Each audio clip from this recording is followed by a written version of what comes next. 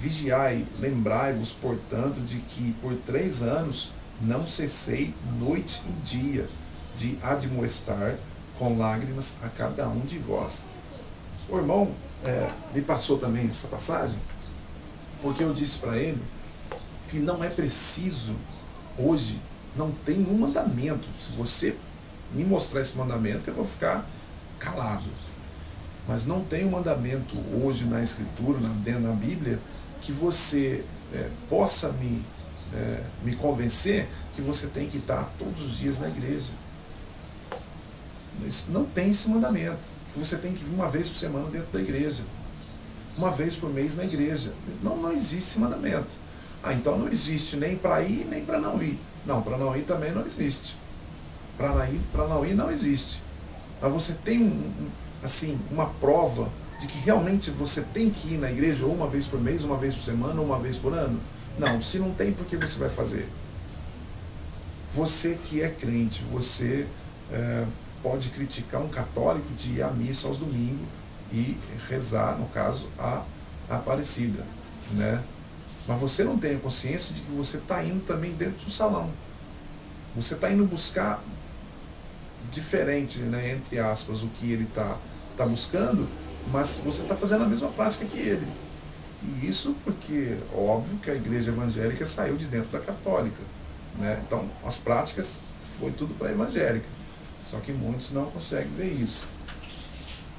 E aqui no versículo 31, então, o irmão diz para mim, olha, se você não entende que Paulo pregou durante 3 anos, dia e noite aos irmãos, então você vai se convencer quando que a igreja é liberada aí a qualquer hora. Mais ou menos assim. Não foi exatamente essas palavras, mas foi com essa intenção. Então veja só, aqui diz que noite e dia, Paulo por 3 anos não cessou, noite e dia de admoestar, com lágrimas a cada um de vós. Aí eu digo para você, Paulo fazia o quê? A gente já sabe que Paulo não pregava sobre dízimo.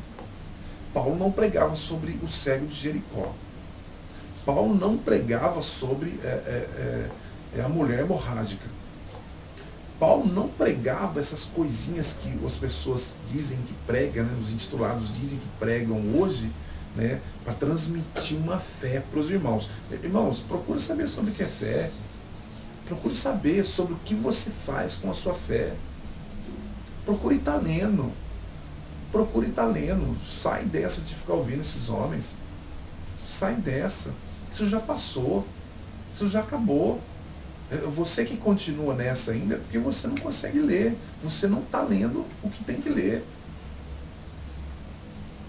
Paulo jamais. Paulo, sim, com certeza, deve ter falado das curas que o Messias fez, mas não pregou. Ele não pregou porque o Messias já tinha feito.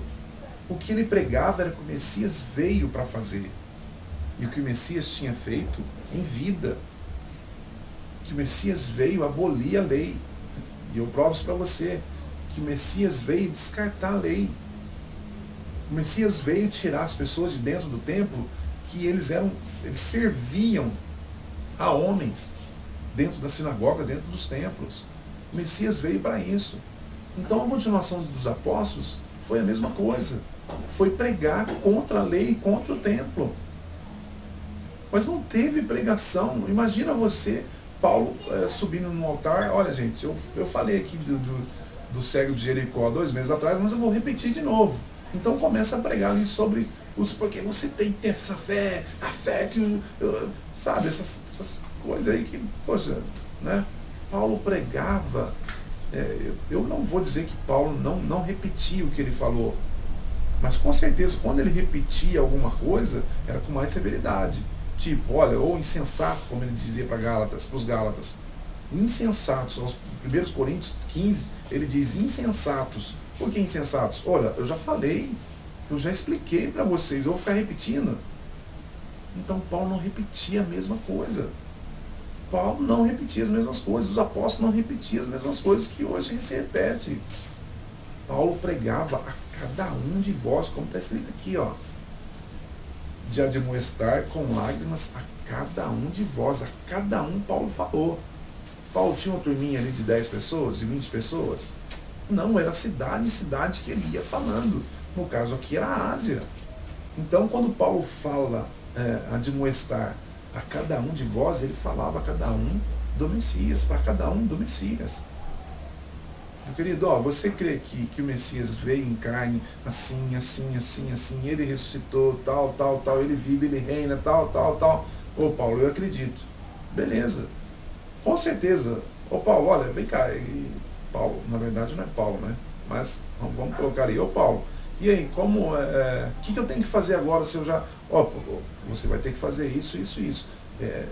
A pessoa estava se convertendo ao Messias. Estava aprendendo. Né? Então por isso que Paulo ficou por 3 anos, como ele diz ali, e não cessei noite e dia de amoestar com lágrimas a cada um de vós.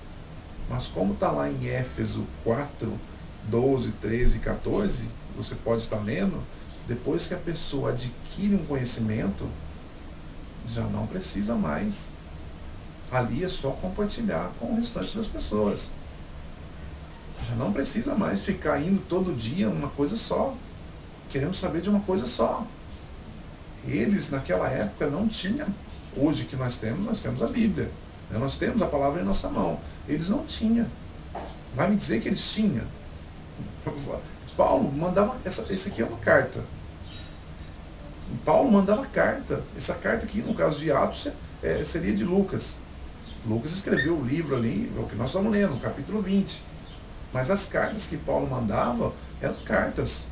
Então, quando ele ia até a cidade, então ele voltava a conversar de novo, voltava a falar. Mas ele não ficava tanto tempo assim na cidade. E o que ele deixava, constituía ali como presbítero, como ancião, como bispo, né?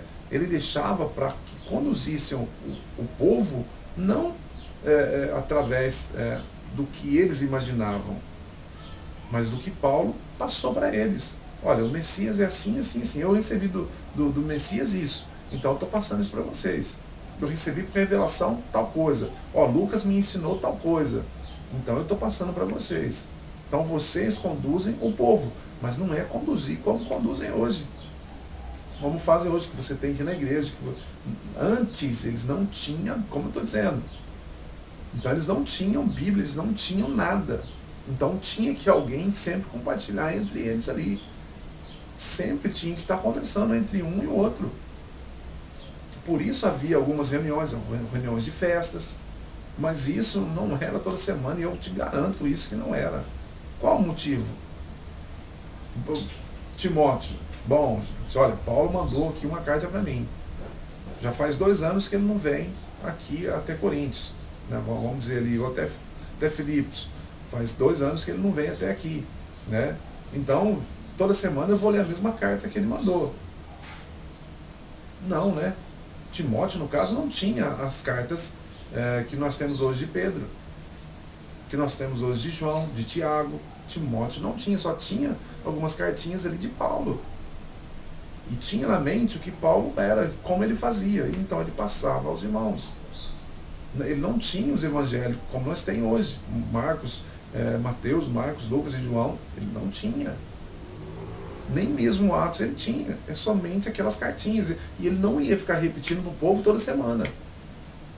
Por isso não tinha aqui, não tinha reuniões de igreja. Não tinha. Pensa você, raciocina você. Toda semana eu vou lá, porque Timóteo vai ler a mesma carta que Paulo mandou. Paulo mandou 3 cartas aos Coríntios. Eu digo 3 cartas, isso é uma outra parte, mas hoje nós temos 2 cartas.